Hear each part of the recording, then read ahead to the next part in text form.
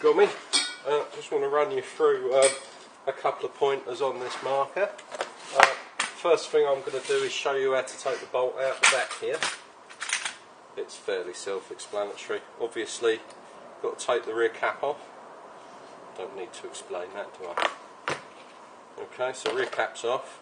Now you'll notice there's your rear cap, but what you will need to do is just loosen this screw here. This is like an added safety feature. If you don't loosen this screw and you take this cap off, you'll rip all the threads off it, okay? And then you just drop your Allen key in. Really, it's not actually that tight.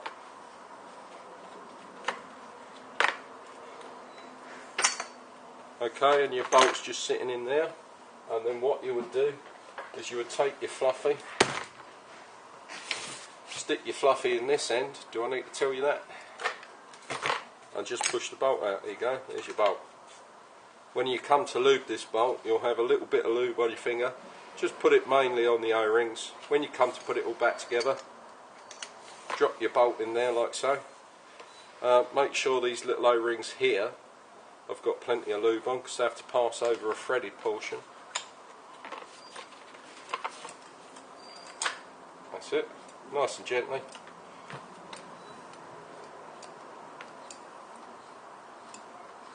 If it ever gets stuck, don't force it, just back it off and start again.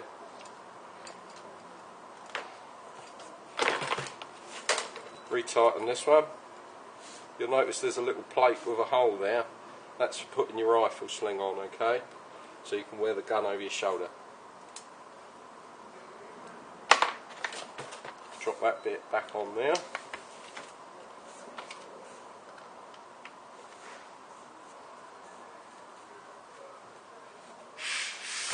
That's the bolt done.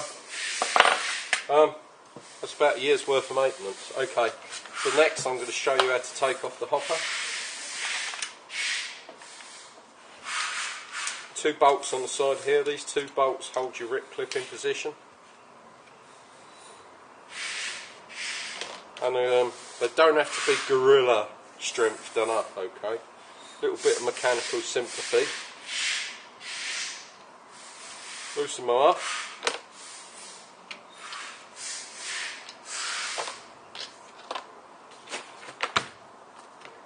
There you go, job done. Your rip clip will come with the owner's handbook and a setup CD, okay? Please read them, understand them, learn them.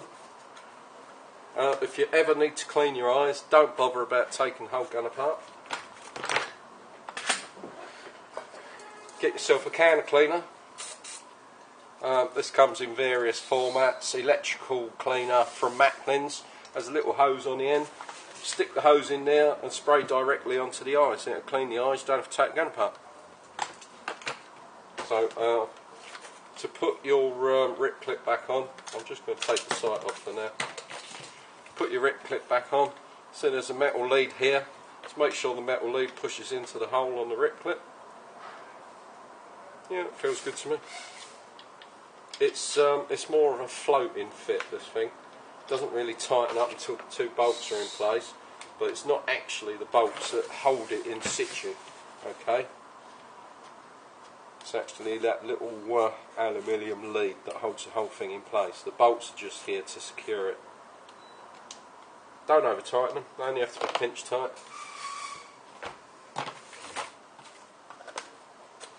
All your stripping of your rip clip's done inside here, and it still strips like a normal rip clip once it's removed, of which you will find in your rip clip owner's handbook. All your programming for your iron board is inside here. The lower half here is exactly the same as an iron. So as long as you download, read, learn and understand the iron's owner's handbook, you will have no problems with this marker. All your programming's here. The only thing I've just noticed is what happens with these switches. People push the board in and out while the screws are still in place, and it takes the head off the switch. The switch has a tiny little rubber head on it, but I can already see here it's gone. So what you'll need is you'll need a sharp little point, push the point into the switch, and that's the switch operating there. But saying that, this board is all set up. You shouldn't really ever have to play with it. I think this is probably set for about 10 balls a second at the moment. Again, with these screws, don't over tighten them. They don't have to be pinch tight. And this top screw, always use the right screw. Don't use a screw that's too long. Directly underneath this screw hole is the electronic board. If this screw goes in too far, or you use a screw that's too long, it carries on going in and it damages the board. Your on-off is here, obviously. Could be tidier, but like I said, I did build this one on a budget. That's about it, really. All your electronics is under here. If you ever need to remove the eyes, you have to strip everything off, take off the rip clip, take off that little metal tube, take all this off, take off all the banjos, take this off. Before you pull the actual SP1 body out, you've got to turn it round, and then the eyes will be sitting there right in your face and you can just pull them out. But they are custom made eyes. They're like the old Lucky eyes, and they're not like iron eyes or anything like that. It's eyes that I've made myself, and it is quite literally just an LED on the end of a piece of wire. Alright, I think that's about as much as we need to go through today. There's your barrel with the inserts and your silencer. Your silencer's already packed. I just used some green scouring pad, and it is about the best thing that you can use in a silencer.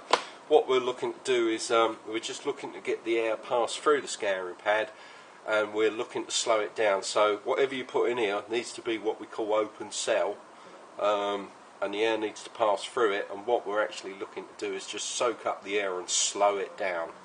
Alright, and your silencer is just basically a press fit, but don't worry about it being a press fit, because this can't fly off, because when the gas comes out the pulse it expands in all directions at the same speed. Alright,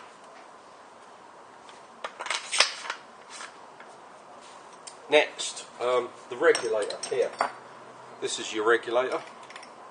When I supply one of these markers, I turn the regulator down, because I don't know what output your bottle is, okay?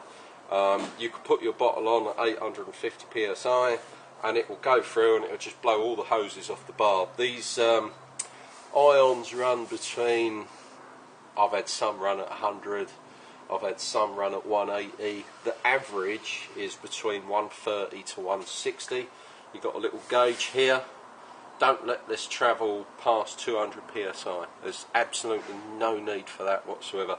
The longer the barrel and the longer the dwell, the lower the pressure you can run. Alright, so just keep an eye on this. When you come to turn the regulator up, notice what way I am turning this spanner. Yeah, this is turning the regulator up. This is turning the regulator down.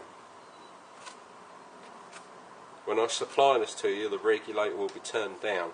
When you first come to chrono this gun, turn your regulator up slowly, in small movements. Small movements. Okay, everything has to be a small movement. Now I've told you that 3 times in a row. Make sure it's only a small movement you use. You do a big movement, you over pressurise it, and you'll blow the hoses off the barbs. Alright. All the repairs on the stuff I make is free of charge, unless you've buggered it up and cocked it up, in which case you're responsible. To mount your sight on, drop your sight into the rail, put that nut on underneath, you'll see the bolt coming out there. We'll do it if I put the sight on around the right way.